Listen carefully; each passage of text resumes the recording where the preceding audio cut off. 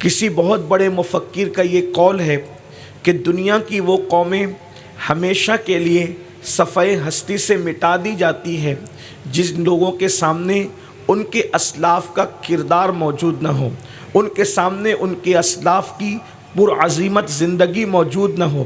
الحمدللہ اسلام نے شروع دن سے ہی اسلاف کے کارناموں کو بیان کیا ہے۔ احادیث رسول اس پر شاہد ہیں۔ اللہ کے رسول صلی اللہ علیہ وآلہ وسلم نے انبیاء کے واقعات بتائے، بنی اسرائیل کے نیک بندوں کے واقعات بتائے۔ اسی طریقے سے قرآن مقدس نے بھی جو ہے انبیاء کرام کے واقعات، ان کی قوموں کے واقعات عبرت کے طور پر بتائے۔ ایک انسان جب قرآن مقدس کی تلاوت کرتا ہے تو تلاوت قرآن کرتے ہوئے وہ دیکھتا ہے کہ کامیاب بندوں کی زندگی نے انہیں کس طریقے سے سرخرو کیا، انہیں کس طریقے سے عزت دیا، انہیں کس طریقے سے وقار دیا۔ اسی طرح سے ہر دور کے اندر اہل ایمان کا یہ وتیرہ اور شعار رہا ہے کہ جس نے بھی کوئی کام کیا، اچھائی کی، ان کا ذکر ہمیشہ باقی رہا۔ بلکہ ہمارے مذہب میں تو اچھوں کا ذکر کرنے سے انسان کے گناہ معاف ہوتے ہیں، اچھوں کا ذکر کرنے سے رحمت الہی کا نزول ہوتا ہے، اچھوں کا ذکر کرنے سے دعاؤں کی قبولیت کی ضمانتیں ملتی ہے۔ اللہ اکبر۔ جہاں تک بات حضور حافظ ملت حضرت علامہ شاہ عبدالعزیز محدث مراد آبادی ثم مبارک پوری رحمت اللہ تعالی علیہ کی ہے، حضور حافظ ملت اللہ اکبر، ان کی زندگی کے بارے میں مجھ جیسے انسان کا گفتگو کرنا بالکل ایسے ہی ہے جیسے سورج کے سامنے کوئی انسان موم بتی سلگانے کی جرات کرے۔ اس لیے کہ حافظ ملت اپنے دور کے بہترین نکتہ داں خطیب ہے۔ خطابت کا عالم یہ ہے کہ خود کے اپنے قصبے میں جہاں حضور حافظ ملت رحمت اللہ تعالی علیہ کو بحیثیت مدرس حضور صدر الشریعہ بدر الطریقہ رحمت اللہ تعالی علیہ نے منتخب فرمایا تھا، 4 مہینے تک مسلسل اللہ اکبر بد عقیدوں اور بد مذہبوں کا جواب آپ عطا فرماتے رہے۔ بالآخر خطابت تھی اور اس کے بعد دلائل کی انبار تھے، علمی نکات تھے۔ اللہ اکبر کہ حضور حافظ ملت 4 مہینے کی محنتوں کے بعد اس علاقے کے ایک گورنمنٹ کے افسر کو کھڑے ہو کر اعلان کرنا پڑا کہ 4 مہینے سے مسلسل میں دونوں طرف کی گفتگو سن رہا ہوں اور بحیثیت گورنمنٹ کا افسر ہونے کے مجھے یہ بات نہیں کہنا چاہیے، لیکن جذبات کے حوالے سے مغلوب ہو کر کے کہہ رہا ہوں مولانا میں نے دونوں طرف کی گفتگو سنی ہے اور میں اعلان کرتا ہوں کہ آپ حق پر ہیں، حق آپ کے ساتھ ہے اور میں آپ کی فتح کا اعلان کرتا ہوں۔ اندازہ فرمائے ایسے خطیب تھے، ایسی خطابت کا انداز جانتے تھے، اور محدث اپنے زمانے کے ایسے کہ اللہ اکبر جلسوں میں شرکت کے باوجود، ادارے کی مصروفیت کے باوجود، سارے کاموں کے کرنے کے باوجود بخاری شریف کی 2 جلدیں اپنے طلبہ کو مکمل دورے کے طلبہ کو پڑھا دیا کرتے تھے، بلکہ رجب آنے تک کے آپ جو ہے وہ پوری بخاری شریف ختم کروا دیا کرتے تھے۔ اور اس کے بعد حالات یہ تھے اللہ اکبر وہ نکات احادیث کے حوالے سے بیان فرماتے کہ کتابوں کے اندر موجود ہے، مجھے اس پر کوئی گفتگو کرنے کے لیے اس وقت ٹائم بھی نہیں ہے اور نہ اس کا موقع ہے۔ تو وہ خطیب بھی ہیں، وہ عظیم محدث بھی ہیں، وہ عظیم مفسر بھی ہیں، اور وہ اپنے وقت کے عظیم جو ہے وہ ماشاءاللہ بہترین انسان ساز انسان بھی ہیں۔ حضور حافظ ملت ہماری جماعت کی اس شخصیت کا نام ہے جس نے اچھے انسان پیدا کیے، اچھی عمارت بھی قوم کو عطا کی اور اچھے انسان بھی دیے۔ ان کے بنائے ہوئے انسان آج پوری دنیا کے اندر انسان سازی کا کام انجام دیتے ہوئے نظر آ رہے ہیں۔ اگر ہر منبر پر علامہ ارشد القادری جیسا مناظر بد عقیدوں کے سامنے دھاڑتا نظر آتا ہے تو یہ فیضان حافظ ملت ہے۔ اسی طریقے سے آپ دیکھیں حضور مفکر اسلام کی شکل میں اگر یورپ میں اسلام و سنیت کا پرچم لہرایا جا رہا ہے، یہ اتنا عظیم انسان کس کی نگاہ کا پروردہ ہے؟ اسی ذات ذات کو حضور حافظ ملت کہا جاتا ہے۔ اسی طریقے سے آپ دیکھیں، اللہ اکبر، اور بھی ہماری جماعت کے بڑے بڑے علماء دانشور، اگر تدریس کی دنیا میں صدر العلماء خیر الازکیاء حضرت علامہ محمد احمد مصباحی صاحب کا نام اگر لیا جا سکتا ہے تو یہ کس کی نگاہوں کا فیض ہے؟ حضور حافظ ملت رحمت اللہ علیہ کی ذات ہے۔ بلکہ اگر دیانت کے ساتھ یہ بات کہی جائے، آج پوری دنیا کے اندر، بلکہ خاص طور پر بر صغیر کے حوالے سے اگر کام ہو رہا ہے تو آپ اس کو محسوس کر سکتے ہیں، یا وہ ڈائریکٹ حافظ ملت کے شاگرد ہیں، یا حافظ ملت کے شاگردوں کے شاگرد ہیں، اور اب تیسری جنریشن ہے، یا حافظ ملت کے شاگرد کے شاگرد کے شاگرد ہیں، اور وہ کام کرتے ہوئے نظر آ رہے ہیں۔ اس اعتبار سے ہم کہہ سکتے ہیں کہ حضور حافظ ملت ایک شخصیت کا نام نہیں، ایک ہستی کا نام نہیں، ایک انسان کا نام نہیں، حافظ ملت ایک عظیم انجمن کا نام ہے، جنہوں نے ایک انقلابی کارنامہ انجام دیا ہے۔ ورنہ آپ دیکھیں مبارک پور کے اندر اشرفیہ سے پہلے، اللہ اکبر، ہندوستان میں اہل سنت کے ادارے موجود تھے، لیکن جو نئے انداز سے حضور حافظ ملت رحمت اللہ تعالی علیہ نے اہل سنت کو منہج عطا فرمایا ہے، آپ اس کا تصور نہیں دیکھ سکتے۔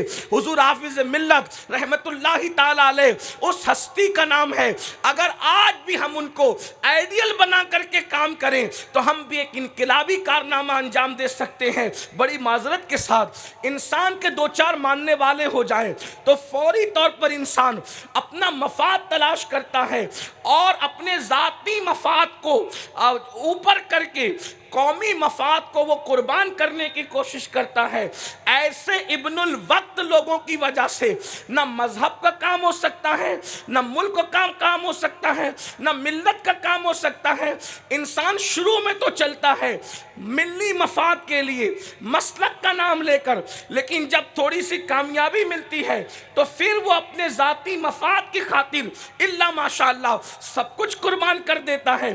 یاد رکھیں، ناکامیوں کی سب سے بڑی وجہ انسان کے پاس خلوص کا نہ ہونا ہے، اخلاص کا نہ ہونا ہے۔ اللہ اکبر، دنیا میں ہمیشہ کام انہی لوگوں سے ہوا جو بے لوث کام کرتے رہے، جنہوں نے اخلاص کے ساتھ کام کیا، اس لیے کہ مفاد کے لیے کام کرنے والے لالچیوں کے ساتھ ان کا مفاد پیچھے پیچھے نہیں بلکہ آگے آگے جاتا ہے، اور جو اخلاص کی خاطر کام کرتے ہیں پھر وہ جدھر چلتے ہیں خدا کی مدد آگے ہوتی ہے، ان کا وجود پیچھے ہوتا ہے، اس طرح سے وہ کامیاب ہوتے ہیں۔ حضور حافظ ملت رحمت اللہ تعالی علیہ کو جس وقت حضور صدر الشریعہ رحمت اللہ تعالی علیہ نے فرمایا مولانا میں باہر زیادہ رہا اس لیے میرا علاقہ بد مذہبیت کا شکار ہو گیا ہے، میں مبارک پور کے قصبے میں آپ کو منتخب کرتا ہوں، حافظ ملت کا جواب تھا حضرت میں ملازمت نہیں کرنا چاہتا۔ جن کی سوچ اونچی ہوتی ہے ان کے مقاصد بہت بڑے ہوتے ہیں، اور جن کے مقاصد بڑے ہوتے ہیں ان کی سوچ بہت اونچی ہوتی ہے۔ بڑی معذرت کے ساتھ میں کسی کا مذاق یا کسی کو طنز نہیں کرنا چاہ رہا ہوں، صرف اپنی نئی نسل کو اپنے بڑے بزرگوں کی فکر بتانا چاہتا ہوں۔ آج اگر کسی کو کہیں پر مقرر کیا جائے تو وہ پوچھتا ہے کہ مجھے ملے گا کتنا، اور حافظ ملت کو کہا جا رہا ہے کہ آپ کو جانا ہے تو استاد سے کہتے ہیں میں نے ملازمت نہیں کرنی، لیکن چونکہ استاد ہوتا ہے، صدر الشریعہ بدر الطریقہ نے صرف علم نہیں پڑھایا تھا بلکہ عمل بھی پڑھایا تھا۔ وہ خود فرمایا کرتے تھے کہ لوگ صرف علم پڑھتے ہیں، حافظ ملت کہتے ہیں لوگ علم پڑھتے ہیں، صدر الشریعہ سے ہم نے علم بھی حاصل کیا ہے اور عمل بھی حاصل کیا ہے۔ صدر الشریعہ جانتے تھے حافظ ملت کو، جو بالغ ہونے کے بعد سے جس کی کبھی تہجد فوت نہ ہوئی ہو اسے حافظ ملت کہتے ہیں۔ حضور حافظ ملت کو کیا ہم نے سمجھا؟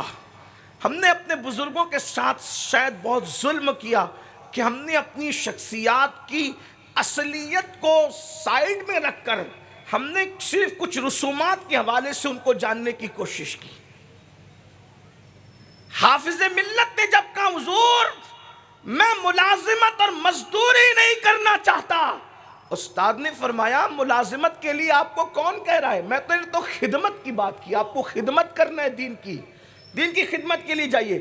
آپ اندازہ فرمائیں، پھر اللہ کا امتحان دیکھیں، اللہ اکبر، خدا کی آزمائش دیکھیں۔ ادھر مبارک پور 35 روپیے کے نذرانے پر حافظ ملت مبارک پور کی طرف جا رہے ہیں، اور جانے سے پہلے ایک علاقہ ہے وہاں سے 100 روپے کے لیے کہا جا رہا ہے کہ وہاں 100 ملیں گے، اور دوسرے علاقے کے حوالے سے کہا گیا وہاں 500 ملیں گے۔ مبارک پور 35 روپے میں جانا طے ہو گیا۔ وہ لوگ کیا دیں گے نہیں دیں گے چھوڑیے، لیکن 35 روپے کے حوالے سے بات ہوتی ہے کہ 35 روپے دیے جائیں گے، اور ابھی سفر مبارک پور شروع نہیں ہوتا ہے۔ ایک طرف سے 100 روپے کی تنخواہ کا آفر ہے، دوسری طرف سے 500، لیکن جب حافظ ملت تک بات پہنچتی ہے تو فرمایا میرے استاد نے مجھے خدمت کے لیے مبارک پور سونپا ہے، اس لیے اب میں اپنی بات سے پھر نہیں سکتا۔ اور 35 روپے میں پہنچے، حالت یہ ہے کہ 4 مہینے تک کے تنخواہ نہیں ہوتی تھی، اس کے باوجود بھی حافظ ملت رحمت اللہ تعالیٰ علیہ مسلسل لگے رہتے تھے اور مستقل کام کرتے تھے۔ بلکہ اللہ اکبر، حضور حافظ ملت رحمت اللہ تعالیٰ علیہ کا حال یہ تھا، چھٹیاں ہوتی تو سب سے اخیر میں جاتے، سب سے پہلے تشریف لے آتے، اور حال یہ تھا کہ عصر کی نماز کے بعد ٹہلنے نکلتے تو بھی تنہا نہیں جاتے، بلکہ شاگردوں کو ساتھ میں لے کر جاتے تاکہ ٹہلنے کا وقت بھی ضائع نہ ہو، اور ٹہلتے ہوئے شاگرد سوالات کرتے رہتے،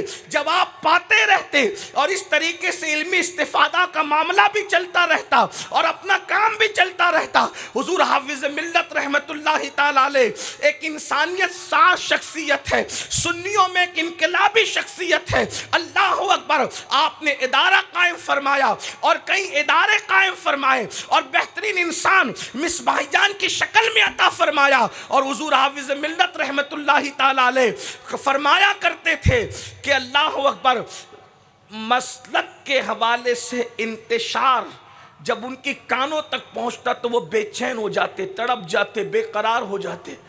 آپ کی زندگی کا بہترین پہلو یہ ہے کہ آپ وقت کا صحیح استعمال کرنے کی تلقین فرماتے، آپ کام کے حوالے سے بہت لوگوں کو ابھارتے، آپ نصیحتیں بھی بڑی خوبصورت فرماتے۔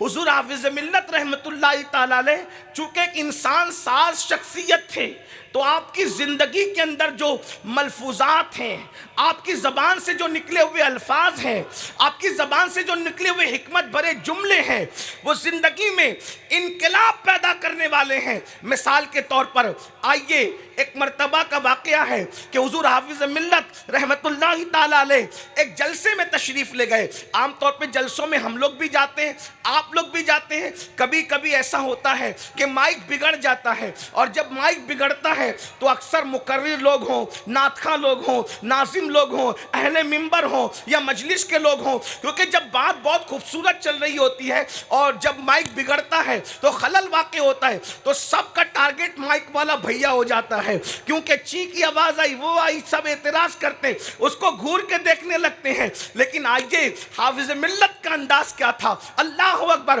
جیسے ہی مائک خراب ہوا، لوگوں نے، منبر والوں نے اور زمین والوں نے مائک والے کو گھورنا شروع کیا، تو حافظ ملت نے کتنا پیارا جملہ فرمایا، ارشاد فرماتے ہیں ارے مائک بگڑا ہے، اس میں مائک والے کا کیا قصور ہے، مائک مشین ہے، مشین بگڑی تو انسان کا کیا قصور ہے۔ اور پھر ایک تاریخی جملہ فرماتے، فرمایا مشین بگڑنے سے اتنا نقصان نہیں ہوتا جتنا انسان کے بگڑنے سے نقصان ہوتا ہے۔ اللہ اکبر، اندازہ کریں کیوں، اب اس کی تشریح آپ تھوڑا سا سمجھے۔ ایک مشین بگڑتی ہے، وہ مشین دوسری مشین کو نہیں بگاڑ سکتی، مگر ایک انسان بگڑتا ہے وہ پوری قوم کو بگاڑ دیتا ہے۔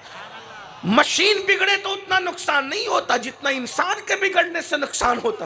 حضور حافظ ملت کا انداز دیکھیں، ہم مشینوں کے بگڑنے پہ ناراض ہیں، حافظ ملت انسانوں کے بگڑنے کی بات۔ آپ دیکھیں تو صحیح، بگڑا ہوا انسان بگڑی ہوئی مشین کو گھور کے دیکھ رہا ہے، اندازہ تو فرمائیں اندازہ تو فرمائیں، مشین کے بگڑنے پہ ہم کو اتنا غصہ ہے، ہمارے بگڑنے پہ قدرت کتنی ناراض ہوگی؟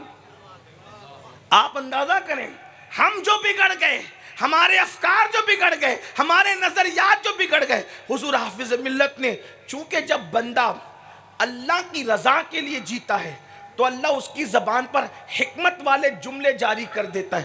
حافظ ملت فرمایا کرتے تھے، کم کھاؤ بدن سلامت رہے گا۔ وہ بہترین حکیم بھی تھے، بلکہ حکیم ابن حکیم تھے، حکمت جانتے تھے، بلکہ ان کی شروعات ہی ہوئی حکمت سیکھنے سے۔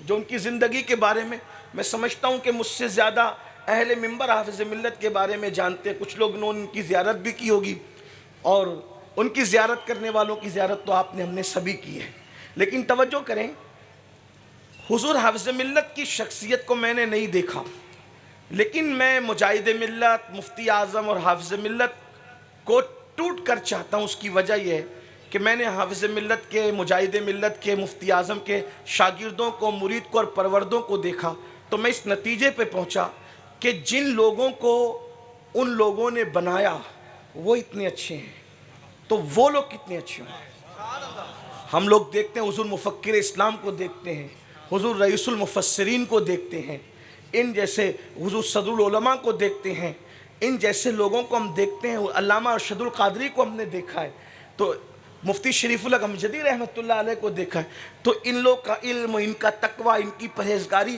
تو جب احساس ہوتا ہے کہ یا اللہ یہ لوگ اتنے اچھے ہیں تو وہ لوگ جنہوں نے ان کو سجایا ہے، سنوارا ہے، نوک پلک درست کیے، وہ کتنے اچھے ہوں گے۔ تو بن دیکھے ان لوگوں کے لیے عقیدتیں جو دل میں پیدا ہوتی ہے۔ تو حافظ ملت حکیم بھی تھے، فرماتے ہیں کم کھاؤ بدن کے لیے اچھا ہے، صحت کم کھانے میں، کم کھاؤ گے بدن اچھا رہے گا، سبحان اللہ۔ لیکن توجہ کریں، آج ہمارا حال کیا ہے؟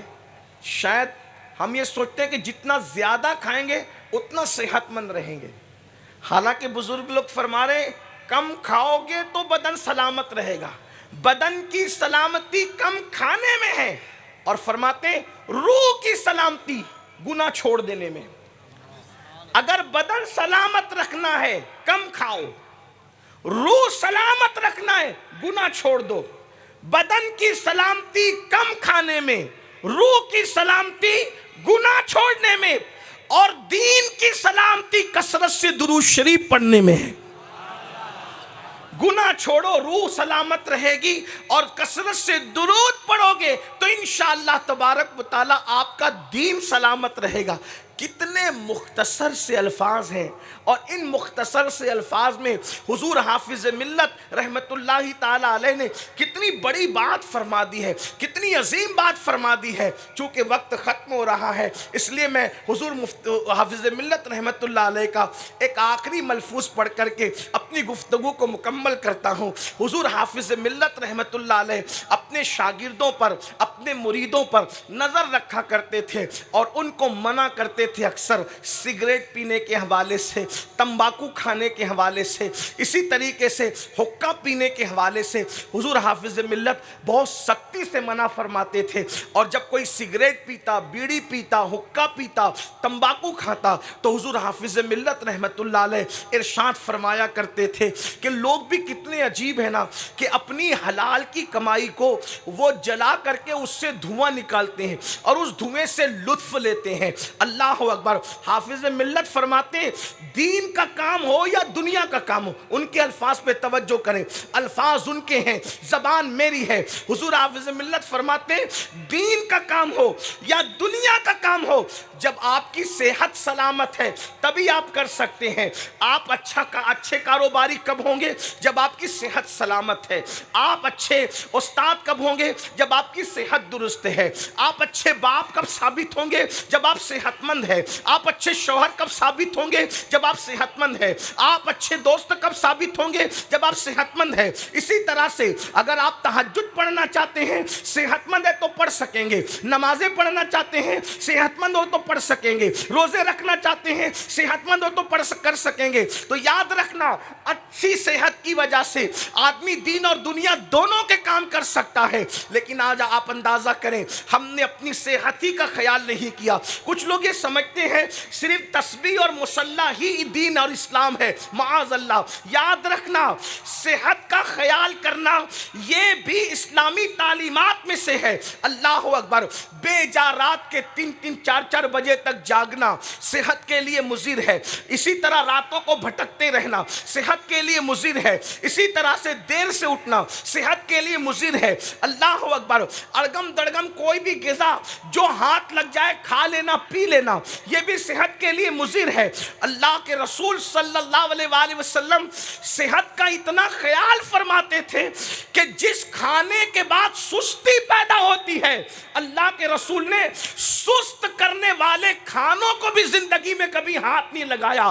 جو کھانے سست کر دیں حضور نے ان کو ہاتھ نہیں لگایا۔ اور جو چیزیں آج بیماریاں پیدا کر رہی ہے میری قوم کے جوان اس کے اندر ڈوبے چلے جا رہے ہیں۔ آج سگریٹ کا مشغلہ بڑھتا جا رہا ہے، حقے کا مشغلہ بڑھتا جا رہا ہے، تمباکو نوشی گٹکا نوشی بڑھتی جا رہی ہے، اور تمباکو اور گٹکا نوشی کے چکر میں اللہ اکبر پھر باضابطہ طور پر اسلام دشمن عناصر ہمارے درمیان نشے کو پرموٹ کر رہے ہیں۔ آپ جانتے ہیں گٹکے ہی کی پڑیا میں ایم ڈی کی ملاوٹ ہو رہی ہے، تمباکو ہی کی پڑیا میں باضابطہ طور پر نشے کی ملاوٹ ہو رہی ہے۔ میرے آقا علیہ الصلوۃ والتسلیم کے پیارے دیوانوں، اور اللہ اکبر اس قوم کے جوانوں کو ملک ملت اور اپنے ذاتی مسائل سے جو ہے وہ غافل کرنے کی کوشش کی جا رہی ہے۔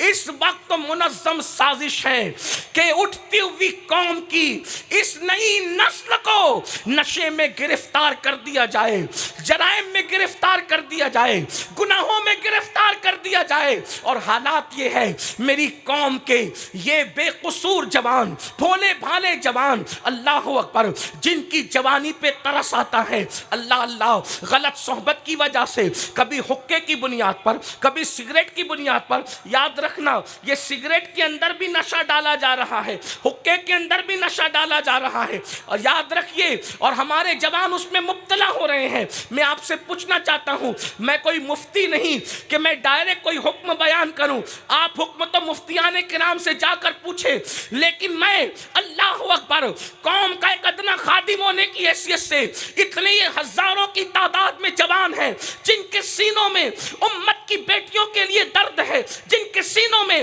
غریب بھیک مانگنے والوں کے لیے ہمدردی ہے، پوچھنا چاہتا ہوں حقے سگریٹ کے اندر دھوئے میں اپنے پیسوں کو اڑانے والوں، بتاؤ کیا جس قوم کی بیٹیاں سگنلوں پر برقع پہن کر کے بھیک مانگ رہی ہو اس قوم کے مالداروں کو، اس قوم کے جوانوں کو کس نے اجازت دی کہ وہ حقے میں اور سگریٹ میں، تمباکو اور گٹکا نوشی میں اور نشے میں اپنی دولت کو جلا کر کے راکھ کر دے؟ آپ سے میں پوچھنا چاہتا ہوں کیا میدان محشر میں اس بارے میں نہیں پوچھا